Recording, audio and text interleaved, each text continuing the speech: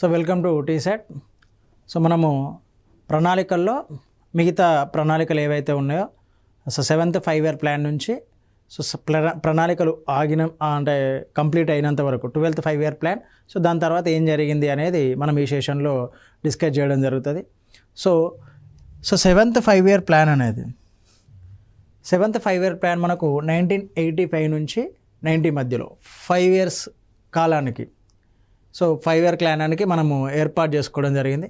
So దీనికి చైర్మన్గా ఎవరు ఉన్నారు అంటే సో దీనికి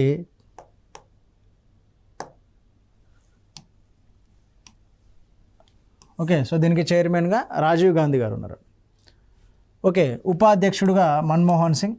ఈయన ఇంపార్టెంట్ ఎందుకంటే మన తర్వాత కాలంలో ఎల్పిజి రిఫార్మ్స్ ప్రవేశపెడతాం కదా, సో దానికి అప్పుడు ఈయననే కీలక పాత్ర పోషిస్తాడు. కాబట్టి ఒకవేళ దాన్ని బేస్ చేసుకుని రీసెంట్ ట్రెండ్ను గమనించినట్లయితే ఎల్పిజి రిఫార్మ్స్ నుంచి ఎక్కువగా క్వశ్చన్స్ రావడం జరుగుతుంది. అది గ్రూప్ 1 స్థాయి నుంచి, అంటే గ్రూప్ 1 ప్రిలిమ్స్ కావచ్చు, మెయిన్స్ కావచ్చు, అన్నిట్లలో కూడా ఎల్పిజిని బేస్ చేసుకుని క్వశ్చన్స్ అడుగుతుంది. కాబట్టి సో ఎల్పిజి రిఫార్మ్స్ని అంటే ఈ టాపిక్కి లింక్ చేయాలి అనుకుంటే సో దాంట్లో భాగంగా, అంటే ఎల్పిజి రిఫార్మ్స్లో భాగంగా ఉన్న మన్మోహన్ సింగ్ గారు ఏ పంచవర్ష ప్రణాళికకు ఉపాధ్యక్షుడిగా వ్యవహరించారు అని చెప్పేసి అడగవచ్చు. సో దీని యొక్క వృద్ధి రేటు లక్ష్యము 5. సో సాధించిన లక్ష్యము 6%. సాధించిన లక్ష్యం ఎంత అంటే 6%. ఇది సాధించిన లక్ష్యం. సో ఇది కూడా కొంతవరకు సక్సెస్ అయిందనే చెప్పచ్చు. సో దీంట్లో భాగంగా మనము 7వ పంచవర్ష ప్రణాళిక కాలానికి లక్ష్యాలను కనుక తీసుకుంటే స్వావలంబన అంటే సెల్ఫ్ రిలయన్స్. సో మనము ఎక్కువగా దిగుమతులపైన ఆధారపడకుండా మన దగ్గరనే ఉత్పత్తి చేసుకోవడం. సో దాంతోపాటు ఆహార ధాన్యాల ఉత్పాదకత పెంచుట. సో ఏవైతే ఫుడ్ గ్రెయిన్స్ ఉన్నాయో సో ఆ ఫుడ్ గ్రెయిన్స్ యొక్క అంటే వరి ఉత్పాదకత కావచ్చు, సో గోధుమ, వీటి యొక్క ప్రొడక్టివిటీని, నాట్ ప్రొడక్టివిటీని ఇంక్రీజ్ చేయాలి, ఉత్పాదకతను పెంచడం. ఇంకొకటి ఏంటి అంటే ఉపాధి అవకాశాల కల్పన. సో నిరుద్యోగం పైన కూడా ఇది కూడా మనకు మాట్లాడడం జరిగిందండి. సో ఈ టైంలో మనకు చేపట్టిన కార్యక్రమాలు కనుక తీసుకుంటే సో పంటల బీమా పథకం, ఇది ఇంపార్టెంట్ అండి. సో ఇది ఇప్పుడు తెలంగాణలో ఇంకా ఇంపార్టెంట్. ఎందుకంటే ప్రధానమంత్రి ఫసల్ బీమా యోజన అనే స్కీమ్ని మనం ఇంప్లిమెంట్ చేస్తున్నాం. ఈ ప్లానింగ్ని రెండింటిని ఇంటర్లింక్ చేస్తూ అడగాలి అంటే సో ఈ విధంగా అడగవచ్చు. సో సమగ్ర పంట బీమా పథకము ఏ ప్రణాళిక కాలంలో మనము స్టార్ట్ చేయడం జరిగింది అంటే 7వ పంచవర్ష ప్రణాళిక కాలం. సో ఇంకొకటి సింగిల్ విండో సిస్టమ్ అంటాం, ఏకగవాక్ష పద్ధతి. సో ఏకగవాక్ష పద్ధతి అంటే మనకు జనరల్గా ఈ TG iPASS. So TG iPASS ఉంది కదా, సో ఇది సింగిల్ విండో సిస్టమ్ అండి. అంటే ఏదైనా ఒక ప్రాంతంలో మనము పరిశ్రమలను కానీ సో పరిశ్రమలను ఏర్పాటు చేస్తే అక్కడ మనకు కొన్ని పర్మిషన్స్ అవసరం అవుతాయి, అనుమతులు. ఆ అనుమతుల కోసము డిఫరెంట్ డిపార్ట్మెంట్స్ ఉంటాయండి. సో ఇక్కడ ల్యాండ్, ఎన్విరాన్మెంట్, సో అంటే ఏమైనా ఎన్విరాన్మెంట్ పొల్యూషన్ అవుతుందా, సో ల్యాండ్ ఏమైనా పొల్యూషన్ అవుతుందా, సో ఇలా డిఫరెంట్ డిపార్ట్మెంట్స్ దగ్గర, సో ఫైనాన్షియల్ డిపార్ట్మెంట్ దగ్గర, సో అన్నింటి దగ్గర అనుమతులు తీసుకోవాలి మనం. అలా అనుమతులు తీసుకోకుండా అన్ని డిపార్ట్మెంట్లను ఇంటిగ్రేట్ చేస్తూ సో అనుమతులు ఇవ్వడానికి ఏర్పాటు చేసింది ఏంటి అంటే ఏకగవాక్ష పద్ధతి. ఇది నేను ఎగ్జాంపుల్ తీసుకున్నా, ఇది అప్పుడు ప్రారంభించలేదు, సో రీసెంట్గా ప్రారంభించలేదు. దీనికి చట్టబద్ధత ఉంది, అది సెకండరీ థింగ్. బట్ నేను మీకు ఎగ్జాంపుల్ అర్థం కావడానికి దీన్ని తీసుకోవడం జరిగిందండి. రైట్. సో ఇక్కడ మిలియన్ వెల్స్ స్కీమ్, దీన్ని MWS అని చెప్పేసి అంటారు. అది ప్రారంభించడం జరిగింది. సో ఇక్కడ మళ్ళీ వార్షిక ప్రణాళికలు, భారతదేశంలో 2వసారి వార్షిక ప్రణాళికలను 90 నుంచి 92 మధ్య కాలంలో ప్రవేశపెట్టడం జరిగిందండి. సో ఇది 7వ ప్రణాళిక సంబంధించి. సో ఈ 8వ ప్రణాళిక నుంచి చాలా క్వశ్చన్స్ ఇప్పటివరకు వచ్చినాయి, మళ్ళీ రావడానికి అవకాశం ఉందండి 8th ప్లాన్ నుంచి. సో 8వ పంచవర్ష ప్రణాళిక కాలం మనకు 1992 నుంచి 97 వరకు 5 సంవత్సరాల కాలానికి. సో అప్పుడు ఎవరు చైర్మన్ అంటే సో మనకు సంబంధించిన వ్యక్తి సో తెలుగు దక్షిణాది నుంచి మొదటిసారిగా ప్రధానమంత్రి అయిన వ్యక్తి ఎవరు అంటే పివి నరసింహారావు గారు. ఓకే, సో అప్పుడు చైర్మన్ ఎవరు అంటే వైస్ చైర్మన్ ఎవరు అంటే ప్రణబ్ ముఖర్జీ. ఇక్కడ నమూనా ఎల్పిజి అండి. ఇది చాలా ఇంపార్టెంట్ నమూనా. మనకు లిబరలైజేషన్, ప్రైవేటైజేషన్, ఏదైతే ఇందాక నేను మాట్లాడినో ప్రైవేటైజేషన్, గ్లోబలైజేషన్. సో ఇక్కడ ఈ నమూనాలతో 8వ పంచవర్ష ప్రణాళికను ప్రారంభించడం జరిగింది. అంటే దీంట్లో భాగంగా ఏం చేసిళ్ళు అంటే కొంత సరళీకృతం చేసిళ్ళు, అనుమతులను సరళీకృతం చేయడం కానీ, సో ఏవైతే స్ట్రింజెంట్ రూల్స్, కఠిన నియమాలు ఉన్నాయో వాటన్నింటినీ కూడా కొంచెం సరళతరం చేయడం వల్ల ఎక్కువ మంది పెట్టుబడులు పెట్టడానికి అవకాశం ఉంటుంది అని రూల్స్ని కొంచెం సవరించడం జరిగింది. సో దాంతోపాటు ప్రైవేట్ ఇన్వెస్టర్స్ని ఇన్వైట్ చేయడం జరిగిందండి. సో ప్రైవేట్ ఇన్వెస్టర్స్ని అప్పటి వరకు చాలా సంస్థలు ప్రభుత్వ ఆధీనంలోనే ఉండేవి. ఓకే, సో అప్పటి నుంచి ఏం చేసిళ్ళు అంటే కొన్ని ప్రైవేట్ రంగానికి కూడా ఇవ్వాలి అని చెప్పేసి చెప్పడం జరిగింది. సో దాంతోపాటు భారతదేశ మార్కెట్ ఏదైతే ఉందో సో దాన్ని ప్రపంచానికి అనుసంధానం చేయాలి అని చెప్పేసి ఈ నమూనా పేర్కొంటుంది. అందుకే ఈ 8వ పంచవర్ష ప్రణాళిక అనేది మోస్ట్ ఇంపార్టెంట్, రైట్. సో ఇక్కడ ఆశించిన వృద్ధి రేటు ఎంత అంటే 5.6%, సాధించిన వృద్ధి రేటు ఎంత అంటే 6.8%.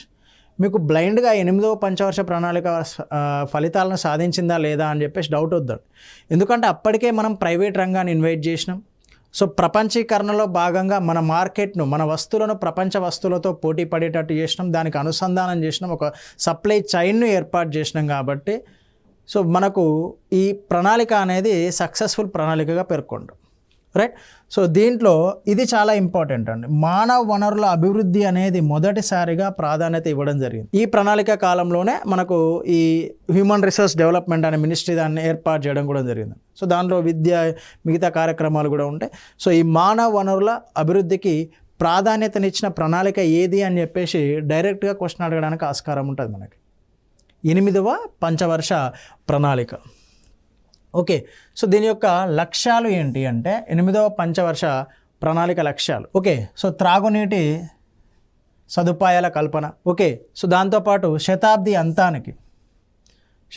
అంతానికి సంపూర్ణ ఉద్యోగిత సాధించడం. సో మీరు ఇక్కడ కనుక చూస్తే 92 నుంచి 97 అంటే 99 వరకు. సో దాని తర్వాత మళ్ళీ 2000 స్టార్ట్ అవుతుంది కాబట్టి 99 వరకు మ్యాక్సిమం ఏదైతే ఉందో అంటే ఉద్యోగిత ఏదైతే ఉందో ఈ ఉద్యోగ కల్పనలో భాగంగా సంపూర్ణ ఉద్యోగిత సాధించడమే దాని యొక్క లక్ష్యంగా పెట్టుకోవడం జరిగింది. ఓకే, సో ఈ గ్రామీణ అభివృద్ధి పథకంలో భాగంగా మీరు చూడండి,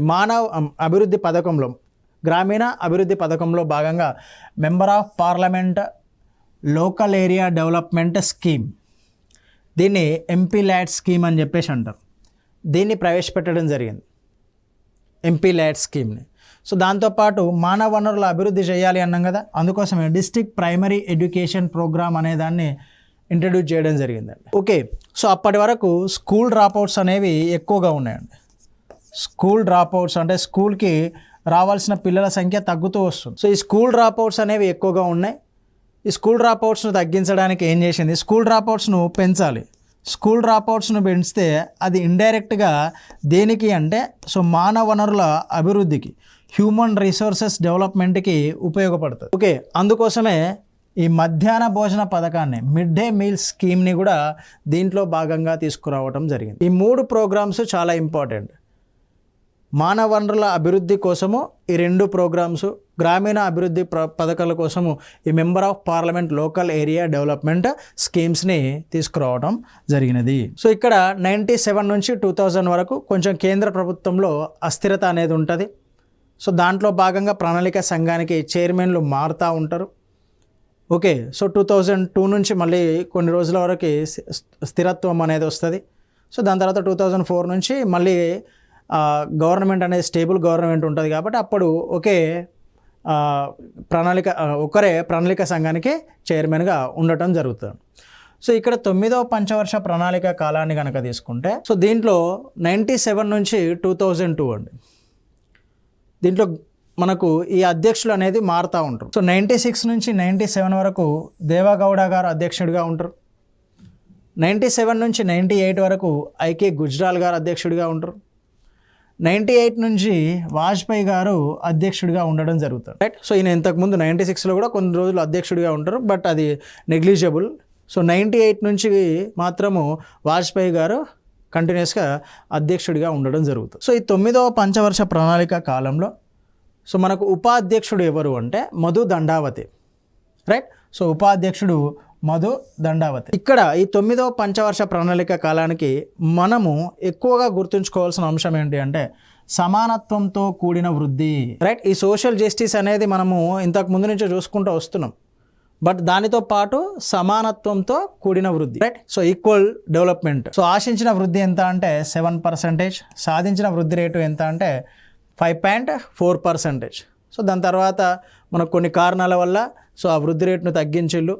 సో దాన్ని 6.5%గా సవరించడం జరిగింది. ఓకే, సో ఈ 9వ పంచవర్ష ప్రణాళిక కాలంలో మనకు చేపట్టిన పథకాలు కనుక తీసుకుంటే, ఓకే, సో సమానత్వంతో కూడిన వృద్ధి కదా, అందరికీ అభివృద్ధి అనేది సమానంగా అందాలి అనే లక్ష్యంతో ప్రారంభించిన ప్రణాళిక ఇది, రైట్. సో దాంట్లో భాగంగా మనకు కొన్ని పథకాలను రూపొందించడం జరిగిందండి, రైట్. సో దాంట్లో ప్రధానమంత్రి గ్రామ సడక్ యోజన, సో ఈ గ్రామీణ ప్రాంతాలకు రోడ్డు సౌకర్యం కోసం, గ్రామీణ ప్రాంతాలలో రోడ్డు సౌకర్యం కోసం దీనిని ఏర్పాటు చేయడం జరిగిందండి, రైట్. సో నెక్స్ట్ వ్యాంబే అంటారు దీన్ని, వాల్మీకి అంబేద్కర్ ఆవాస్ యోజన.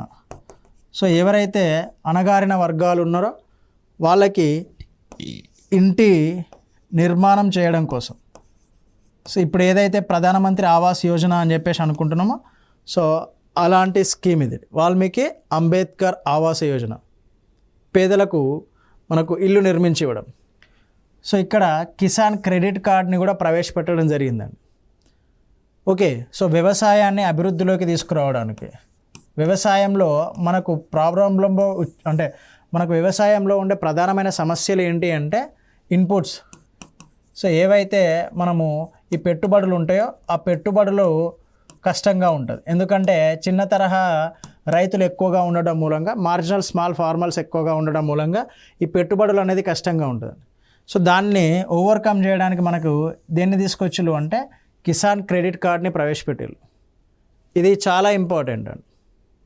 ఓకే, సో గ్రామీణ ప్రాంతాలను అభివృద్ధి చేయడానికి, రైతులను అభివృద్ధి చేయడానికి, అణగారిన వర్గాలను అభివృద్ధి చేయడానికి, సో దాంతోపాటు ఈ పట్టణ రోజ్గార్ యోజన, స్వర్ణ జయంతి షహరీ రోజ్గార్ యోజన అనే దాన్ని ప్రారంభించడం జరిగింది 9వ పంచవర్ష ప్రణాళిక కాలంలో. సో నెక్స్ట్ జాతీయ వ్యవసాయ విధానాన్ని, సో నెక్స్ట్ జాతీయ జనాభా విధానం, వీటిని కూడా ప్రవేశపెట్టడం జరిగిందండి.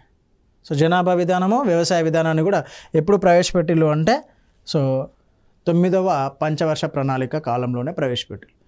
సో ఇక్కడ నుంచి ఈ 3 పంచవర్ష ప్రణాళిక కాలం యొక్క లక్ష్యాలు చాలా ఇంపార్టెంట్, దాంతోపాటు ఉపాధ్యక్షులు కూడా చాలా ఇంపార్టెంట్ అండి ఈ 10వ పంచవర్ష ప్రణాళిక కాలంలో.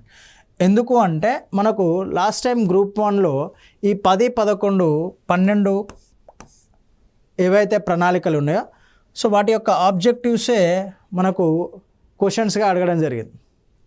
సో వీటిని మ్యాచ్ ద ఫాలోయింగ్లో ఎక్కువగా అడగడానికి స్కోప్ ఉంటుందండి, రైట్. సో ఈ 10వ పంచవర్ష ప్రణాళిక కాలము 2002 నుంచి 2007. ఓకే, సో దాంట్లో 2002 నుంచి 4 వరకు వాజ్పేయి గారు ఉంటారు.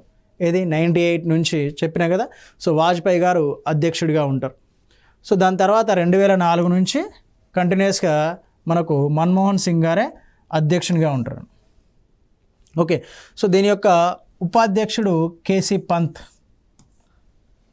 ఆశించిన వృద్ధి రేటు 8%. సో సాధించిన వృద్ధి రేటు ఎంత అంటే 7.6%. ఆల్మోస్ట్ ఒక 0.4% తప్ప మిగతాదంతా కూడా మనం ఆశించిన వృద్ధి రేటుకు దగ్గరగా రావడం జరిగింది.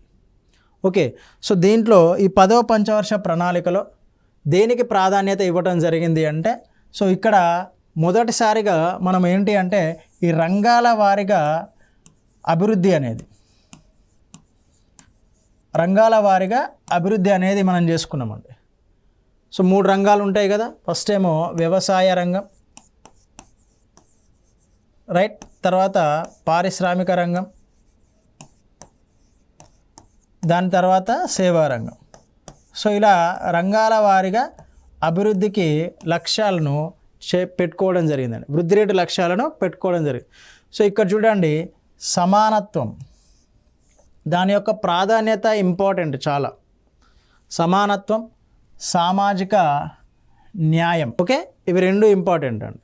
సోషల్ జస్టిస్ అండ్ ఈక్వాలిటీ దాని యొక్క లక్ష్యం అది, రైట్. సో సమానత్వము మరియు సామాజిక న్యాయంతో కూడిన పెరుగుదల, దేంది 10th 5-year ప్లాన్ది. సో దీంట్లో భాగంగా వ్యవసాయ రంగం యొక్క లక్ష్యంగా 4% పెట్టుకున్నారు, 4%. సో పారిశ్రామిక రంగం యొక్క లక్ష్యంగా 8.9% పెట్టుకున్నారు, ఓకే. సో సేవా రంగం యొక్క లక్ష్యము 9.4%. ఇప్పటి వరకు చూసిన ప్రణాళికల్లో ఎక్కడా కూడా ఇలా రంగాల వారీగా ప్రాధాన్యత అనేది లేదు. కానీ మొదటిసారిగా 10వ పంచవర్ష ప్రణాళిక కాలం నుంచి ఇలా రంగాల వారీగా లక్ష్యాలను నిర్దేశించుకోవడం జరిగిందండి. సో దీనివల్ల ఏమవుతుంది అంటే ఏ రంగము ఏ విధంగా అభివృద్ధి చెందుతుంది, ఏ రంగంలో ఎక్కువ పెట్టుబడులు అవసరం ఉన్నాయి, సో ఏ రంగంలో ఉద్యోగాల కల్పన అనేది ఎక్కువగా జరుగుతుంది, సో ఏ రంగానికి ఎక్కువగా ప్రాధాన్యత ఇవ్వాలి, ఏ రంగానికి ఎక్కువగా బడ్జెట్ కేటాయింపులు జరపాలి, ఇలాంటివన్నీ కూడా తెలుస్తాయనే ఉద్దేశంతోనే మనకు దీన్ని ఈ విధంగా రంగాల వారీగా లక్ష్యాలను ఏర్పాటు చేసుకోవడం జరిగింది, ఓకే. సో దీంట్లో భాగంగా మనము ఫస్ట్ చర్చించాల్సింది ఎవరు అంటే సో పురా, ఇది చాలా ఇంపార్టెంట్ ప్రోగ్రామ్ అండి, ఓకే. సో ఈ అబ్దుల్ కలాం ఆజాద్ గారు దీనికి రూపశిల్పి.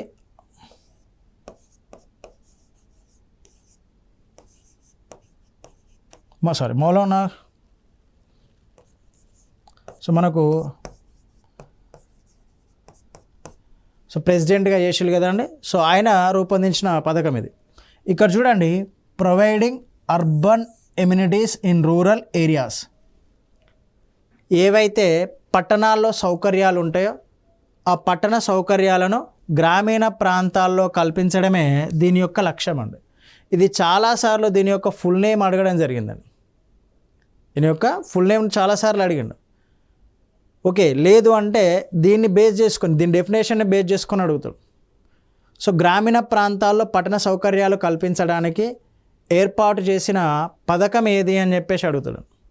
సో దాంట్లోనే ఉంటుంది, అది జాగ్రత్తగా గమనించాల్సిన అవసరం ఉంది.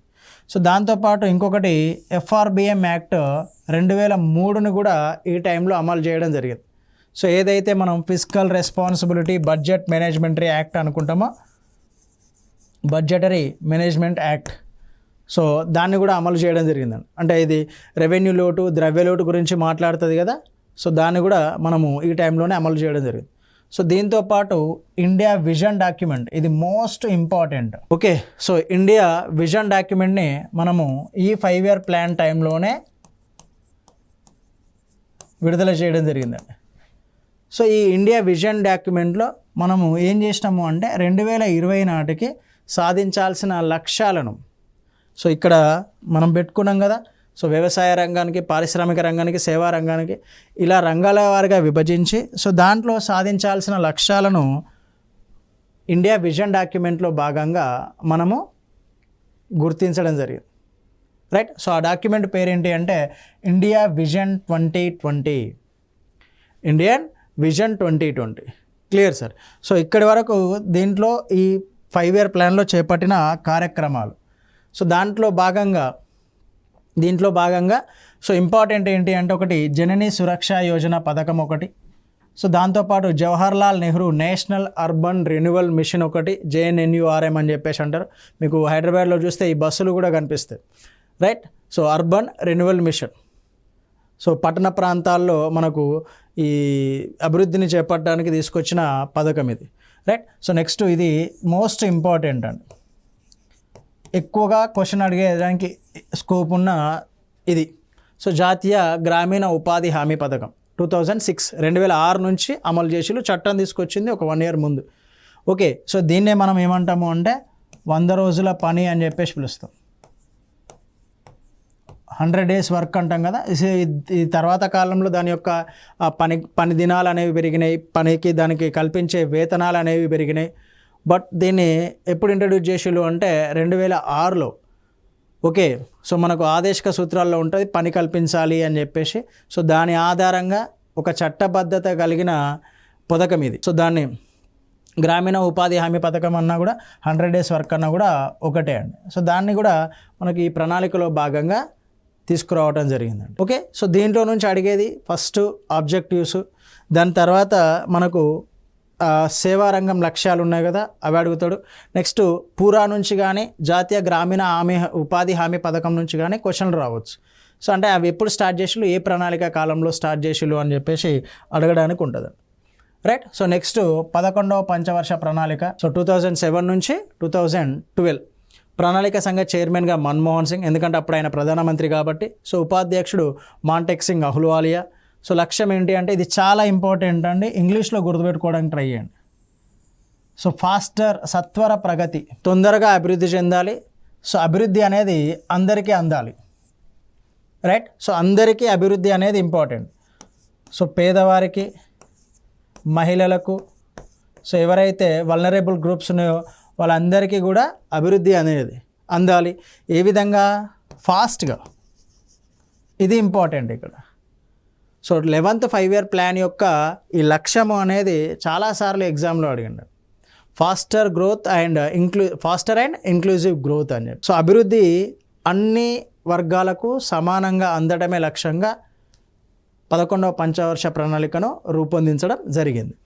సో దీంట్లో భాగంగా మనము సేమ్ ఏవైతే రంగాలు ఉన్నాయో ఆ రంగాలకి ఇంపార్టెన్స్ ఇవ్వడం జరిగింది. సో వ్యవసాయ రంగం యొక్క లక్ష్యము 4%గా, పారిశ్రామిక రంగం లక్ష్యము 10 నుంచి 11%గా, సేవా రంగం యొక్క లక్ష్యము 9 నుంచి 11%గా పేర్కొన్నారు.